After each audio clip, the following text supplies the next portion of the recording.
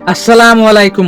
আজিয়ে ইরানে কুইটর জেকান আল সলিম এয়ারবেস আছে ইউএসর ইয়ানোর মাঝে বড় ডগো এটেক গজ্জে এটেকিবা মাঝে 15 জন পর্যন্ত ইউএসর লস্করক কলে দুঃখ পাইয়ে এটেকিবা মাঝে হাস তরফে এটেক গজ্জে দে দিয়ান জাগা চাইরে একল দে স্যাটেলাইট সিস্টেমর ওরে আর একল দে হাতিয়ার দলাগর দে জেকান জাগা আছে ইয়ানোর মাঝে এটেক গজ্জে দেয়া। আজ হলদে 7 এপ্রিল 2026 দিন হলদে মঙ্গলবার।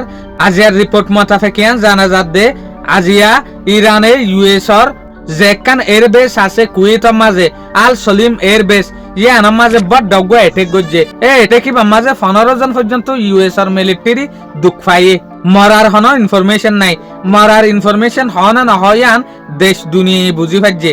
ইয়ার আগেও 5 এপ্রিল 2026 মাঝে কুয়েতর ওরে ইরানে বড় এটেক গজ্জে এটেক গজ্জে দে হরে সোয়েক ওয়াইল কম্প্লেক্স তাদে পাওয়ার এন্ড ডিসালিনেশন প্ল্যান মাঝে তলে ইয়ান্তু 3 এপ্রিল 2026 মাঝে ইয়দে ইরানে কুয়েতর জেকান রিফিনারিয়াত দে পাওয়ার প্ল্যান মাঝে এটেক গজ্জিল ড্রোন লয়রে জেরে অনারা দেখিলা দে ইউএসর হেলিকপ্টার লুসানুল ইয়ান্তু দিন আগে 1 এপ্রিল 2 এপ্রিল 2026 মাঝে অনারা দেখিলা দে কুয়েতর ওরে ইরানে ড্রোন লয়রে এয়ারপোর্ট মাঝে বড় এটেক গজ্জে।